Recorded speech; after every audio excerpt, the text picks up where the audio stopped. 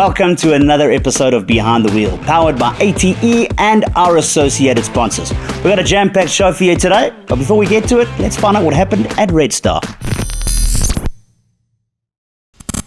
The first of two rounds at Red Star for the 2025 season saw Class A young flyer Jaden Croeser out-qualify Ian Walker and Elna Croeser. Class B had Stuart Mack on pole, and Class C had another youngster, Bryce Pillay, on pole position. Race 1, however, saw a late entry from Wayne Masters pay dividends, with him taking the top step in Class A, Stuart Mack in Class B, and Bryce Pillay in Class C. In Race 2, Ian Walker finished third behind Jaden Croeser and Wayne Masters, who won 2 from 2 in Delmas in Class A. The Class B podiums went to Stuart Mack, Francis Aldrich, and Jonathan Koenig. Class C, Bryce Pillay took the checkered ahead of Stuart Koenig and Mitch Coetzee. The overall standings now look like this.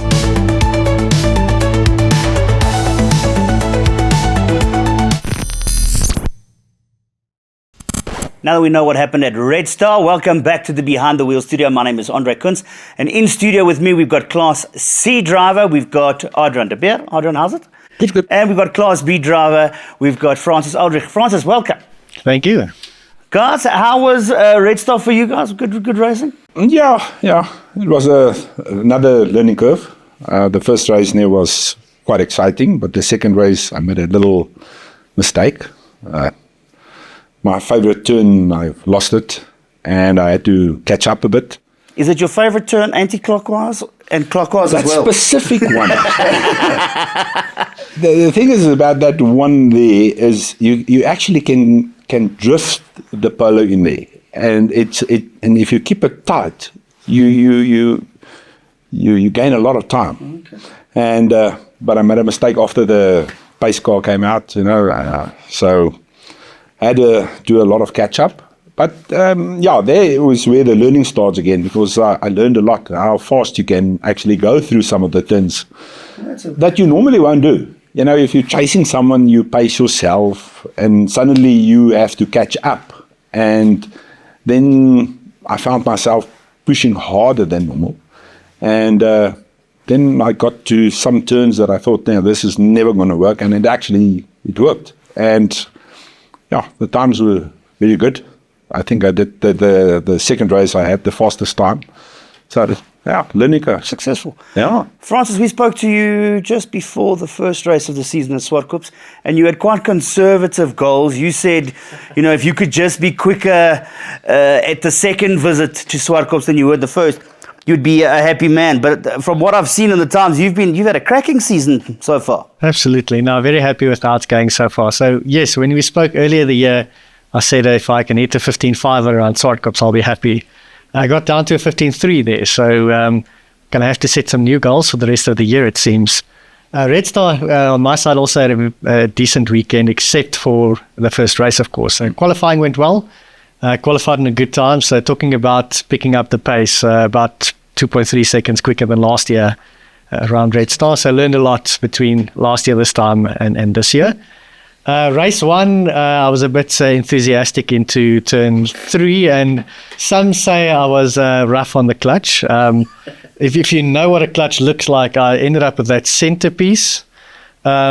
Apparently there's another whole thing missing. So that just goes to show the accessibility of the ATE VW Challenge. You could fix a gearbox between races. Well, not the whole gearbox, but the clutch definitely. So I basically walked to Gavin Ross, Norbrake, one of our sponsors, of course, and asked him, look, do you have a clutch? He said, yeah, just bring it to me so I can see which one. I obviously went there with my centerpiece of shame. He pulled open his box. He had a bunch of clutches in there, of course. Gave it to me.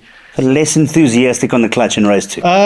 For the start, yes, and then you lose time. And then I figured, well, if it's going to break, it's going to break. So I just went back to business as usual. That's no, you sound sensible until you put the helmet on. As soon as the helmet goes on, your logic goes. The red mist descends. The red mist, and then you forget about clutches and all of those things. So it's a good point then to sort of get your racing history. You mentioned Formula Ford. Was that where you started? No. So I actually started in RC racing, so electric radio-controlled cars. Okay. So did that for a bunch of years when I was in primary school. So secondary school moved to karting, and then at what was it, first or second year university we tried Formula Fords, but I grew up in Bloemfontein, so obviously no racetrack close by necessarily, so you have to travel a lot. It becomes quite difficult to learn how to run these things if you don't have a track close by. But then life happened, so finished studying, started working, got married, all of those normal things. And it was a few years ago I said I have to get back into this, otherwise I'm gonna go crazy. So I jumped back into Super Hatch, and then came from Super Hatch to Challenge. Last year was my first season in Challenge. Hold on, you got a great story. Before COVID, first time onto full long track racing. Got into VW Challenge, built the car, the whole 9 yards. Give us your rundown. I think it's a great story. I've got a small wireless company, and what happened is we actually erected the mast at Red Star. And back then, the owner of Red Star, I met him, and then I saw the guys coming there, and weekends and all the races, and I started attending more and more races, and I just fell in love. And at that stage, the VW Challenge was one of the big races that I watched on TV, and Stian Kriel when they came to test and all of that. And so I really enjoyed it, and I thought, I need to do this. Standing on the outside and looking and see all these guys enjoying it, and I thought, no, I need to do this. But part of it is I enjoy building stuff. That is because you come from an electrical and mechanical engineering background, if I'm right. Yeah. So I enjoy building stuff and trying new things. And I bought the shell of the car from a guy in Cape Town, shipped it up here, and got a donor car. And I said, all right, let's build a race car. I met up with Greg Guzman. He was the custodian of the Class C back then. And he said to me, just build the car, enter the challenge, and you'll see everything will fall into place. Eventually I got everything done, and the first race that I did was at Red Star. I pitched up there with my red Polo. I had a 1600 engine in there that I thought. I bought an import engine, put that in. At that stage I had standard shocks, standard coils, because I missed that in the rules. So I thought, this is going to be nice. The first race, everyone just left me for dead. And I couldn't understand. I thought, this can't be true. They were just motoring. But the strange thing, even that happened when I came off the first race, I was just smiling all the way. I was enjoying myself. I was dead last, but it was so enjoyable. And I thought, this I can do. This I need to sort out. But eventually, long story short, I had a 1400 in. So it was a CLS labeled engine, but it had the 1400 crank in it. So I was trying my best. Back then, they also had the Index of Performance trophy.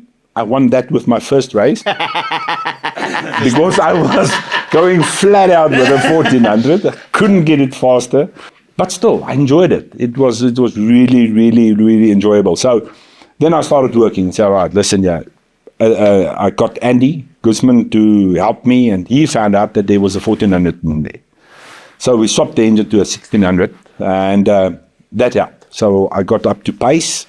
The first year was like a learning curve, getting all the rules and what to do where, because if you start off, there's a lot of things happening, especially on race day.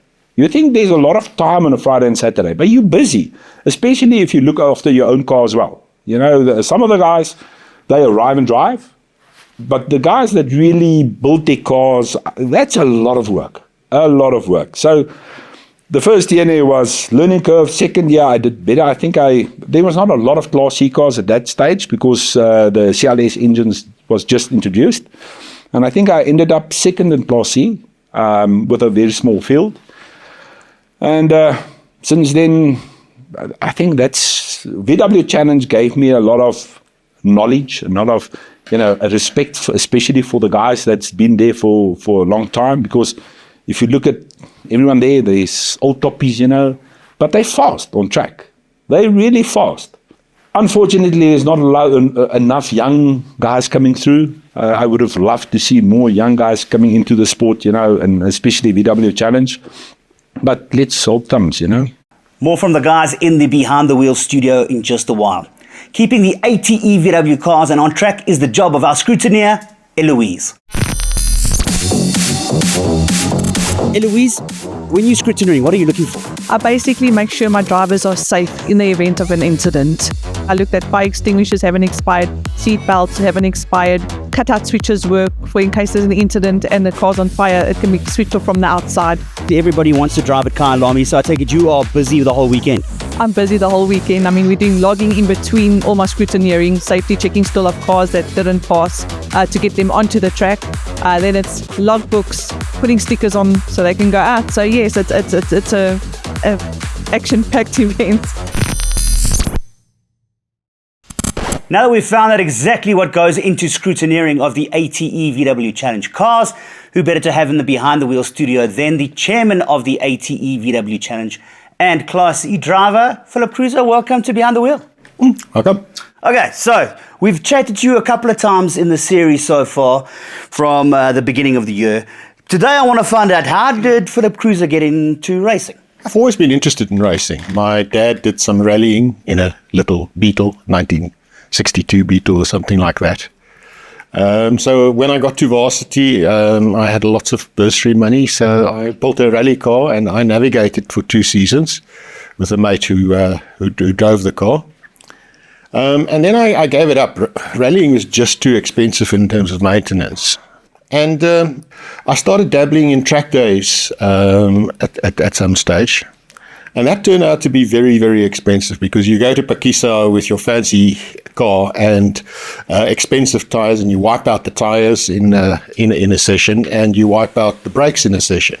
And then Audi gets upset on their freeway plan that you now need a new set of pads after changing it 2 weeks ago. So some friends said, maybe look at racing. And I've got a medical condition that I thought I wouldn't get a license. But then this friend of mine said, well, let's buy a car. If you get a license, we race it together. If you don't get a license, I'll race it. And I thought, okay, let's do that. And MSA gave me a license. You go through the full medical story with everything that's wrong with you, and their doctors look at it, and they signed off on it. So ATE VW Challenge, very accessible, and it's very much a family affair for the Croesers. Your wife also races. Yes, I started racing in VW Challenge. At that stage, she was doing 250 supercarts, which is apparently the third fastest thing after Formula One and IndyCar in a race car. And you wear leathers. You don't have a safety you don't have a safety harness or anything. You're stuck in this cart doing very, very high speeds. Eventually, we got her out of that, and she started racing Formula GTI. And from there, she moved into VW Challenge as well. So for your sins, you are now the chairman. How long have you been the chairman? I became treasurer immediately when I joined in 2007, and I think I became chairman in 2009 or something like that. And except for 2 years where I suckered a friend of mine to run the club, Graham Savage, I've been the chairman. ATE VW Challenge, very accessible.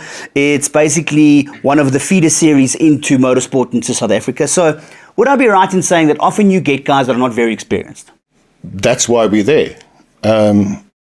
When I joined Challenge, it was because I liked what they did. It was a series where there's very good rules about what your car looks like, and it's supposed to show you who the better driver is. So we do go back to Red Star in the second half of the 2025 season, where we'll do it clockwise. We've got a couple more visits to Swartkops Raceway, and we also then visit East London, which is quite exciting. We haven't been there since 2017. Now, it's the circuit that held the 1963 Formula One Grand Prix, real old style circuit. Very, very quick. You've got a kilometre run until you get to Potter's Pass, which our cars is flat out. It's about 130-degree turn. And then you get to Rifle, and then you get to Cocobana. And if you don't brake there, you end up in the sea. Literally. Literally. You are about 300 meters from the sea at that stage. And then you have a run up to the complex, which is quite a technical little bit. And then you also have a nice fast run up to Beacon. I love that track because it's a bit like Moto3 racing there. The guy leading on the last lap is not going to win the race. There's a huge slipstream effect. I had an accident there where I came out of the corner and I was in somebody's slipstream and the guy behind me was in my slipstream and the guy behind was also in the slipstream and they both came out just before Potters and we had 3 cars going into Potters and unfortunately I was the guy on the outside. It's known worldwide. We're in a tough financial space. So sports like motorsport, which are not cheap, need sponsors. How tough is it finding sponsors these days? It's definitely not easy. You have to have a very good game in terms of your social media because you're giving your sponsors exposure. The TV shows that you produce, like this show, the live coverage that you put out of the racing, that is all very important to sell to a sponsor. That this is what we're giving back to you in terms of exposure, and we're very lucky that we have 11 loyal sponsors. That make it possible for us to run a good show in terms of the technical side on the back, and on producing TV shows like these. Philip, fantastic catching up with you. All the best. I hope you get to concentrate a little more on the racing and a little less on the admin in the second half of the 2025 season. Thank you. Welcome back to Behind the Wheel, powered by ATE and our associated sponsors. In studio today, Francis Aldrich and Adriaan de Beer. Guys, you've obviously got some sponsors as well. Anyone you want to give a shout out to? Absolutely. From our side, a shout out to my wife for the time. Jokes aside, my dad helps me a lot. So George, I appreciate that a lot. And I've got Vaporworks as my primary sponsor. So Vaporworks, thanks for the support. Without that assistance, it is quite hard to keep these cars on track. Adriaan? Currently self-sponsored. I've got 2 businesses in Middelburg. Quasi Engineering, an electrical company that we do maintenance on transformers and cables, installations, and a small Wi-Fi company, Zonke Wi-Fi. So every month I get a little bit of money from them. This year, Class C is the most competitive class. Yeah. By a long way. I think, we lost a lot of guys going to other, clubs and national events. What's good for the club because you can see what they learned in VW Challenge, and it's a very nice stepping stone. But you learn a lot in Class C because the cars don't have power. So it's all about hitting your braking marks, accelerating early out of the corners, the setup of the car. So it's a nice stepping stone to anywhere in any class that you want to go. Francis, you who from a young age was involved with racing, would you back that up? But Adriaan says, can you see now that you're in VW Challenge that it's improved your craft? Absolutely. Driving a low-powered car really makes a difference because then it's all about how you drive the car. So, in Super H, I ran Class C and then Class A. So I went from low powered to higher powered. And definitely the skills learned in a class where you don't have all the power makes a big difference when you step it up from there.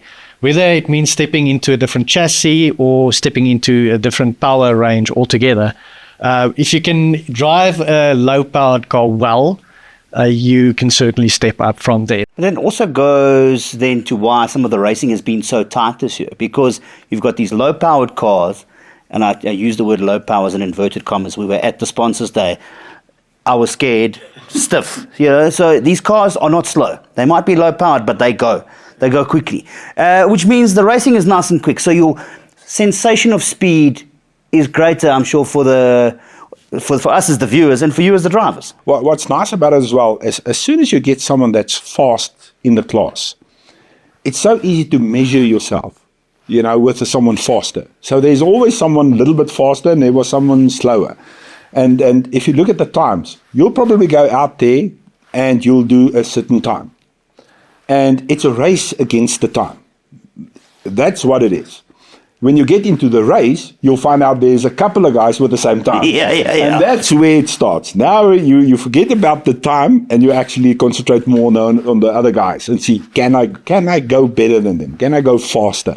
And that's nice. But I've also heard some guys prefer sort of racing the clock, the time trial kind of a thing, trying to set a lap, to see where in the grid they're going to be, and other guys prefer the actual racing. So would you prefer the racing or the against the clock? Against the clock is just in qualifying for me. That's just to get a decent start. But from there, it's basically racing the other guys on the grid. That's it. And Francis, you? Maybe a little bit different. So I do like chasing the time. So for me, the time you've got there and chasing that is a target for yourself. So it gives you something to work to better, given the equipment you've got, the pace you've got as a driver, and of course keep chipping away at it. So I keep my eye on the timer, but for a driver development rather than anything else. That said, when you're in that pack, then it's all about the fun. So you can chase the times as much as you want until there's about 3 or 4 cars around you, and then suddenly that doesn't matter anymore because you're looking for the gap, trying to find the best line, etc. So my second year running, I was at Pakisa. I can remember the first race I won that comfortably, but the second race I also had pole in Class C. And the field at that stage was growing.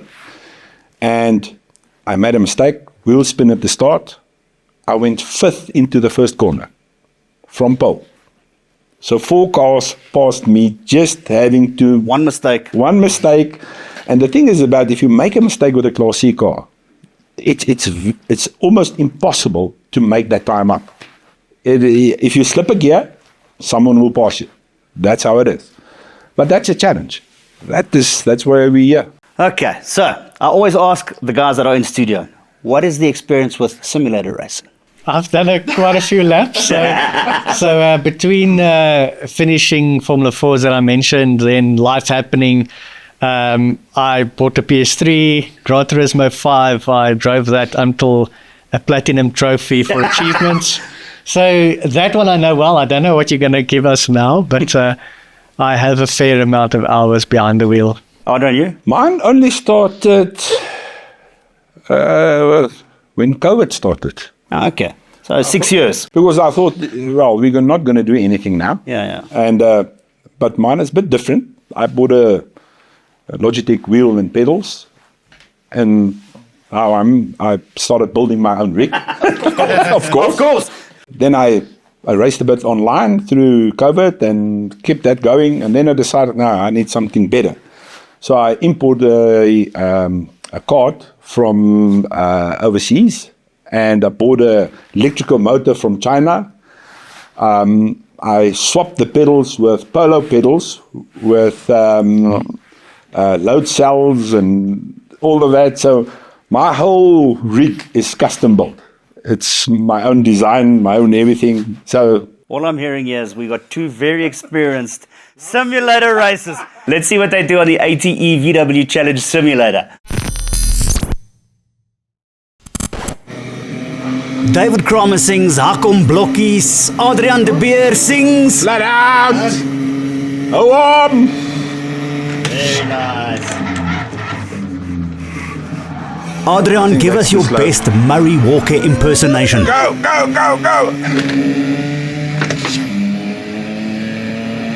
When you run off, don't overreact. That's a big lesson for racing.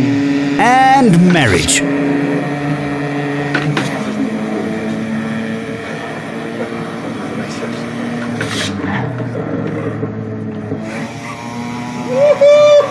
Drifting! We could be onto a lap there. If I don't screw it up. Commentator's curse, but As chairman's go, you're whipping the last guy by miles. I'm a bit younger.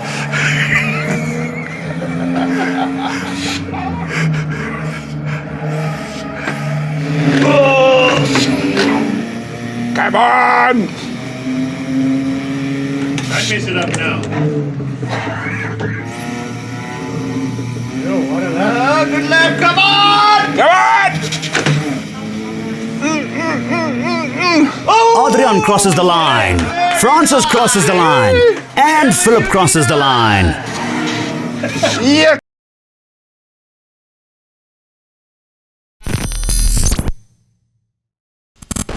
The ATE VW Challenge Sim Leaderboard filling up nicely.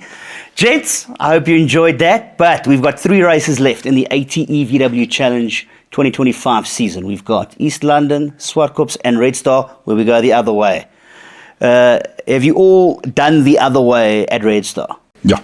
I've done it. So, anti-clockwise, clockwise, any favourites? Not really. I think clockwise is a little bit faster for the cars. Due to maybe exits some of the corners, that's a little bit quicker. But no, I enjoy them both. Francis, you had a magic number that you wanted to reach at Swartkops. You got 1 race to go. What's the new goal? Oh, goodness. No, I haven't set one. So you're going to have to ask me at Swartkops then. We'll see you there. Gents, thank you so much for your time, for coming to Behind the Wheel, and good luck in East London and for the last 3 races of the season. Thank Thank you. you.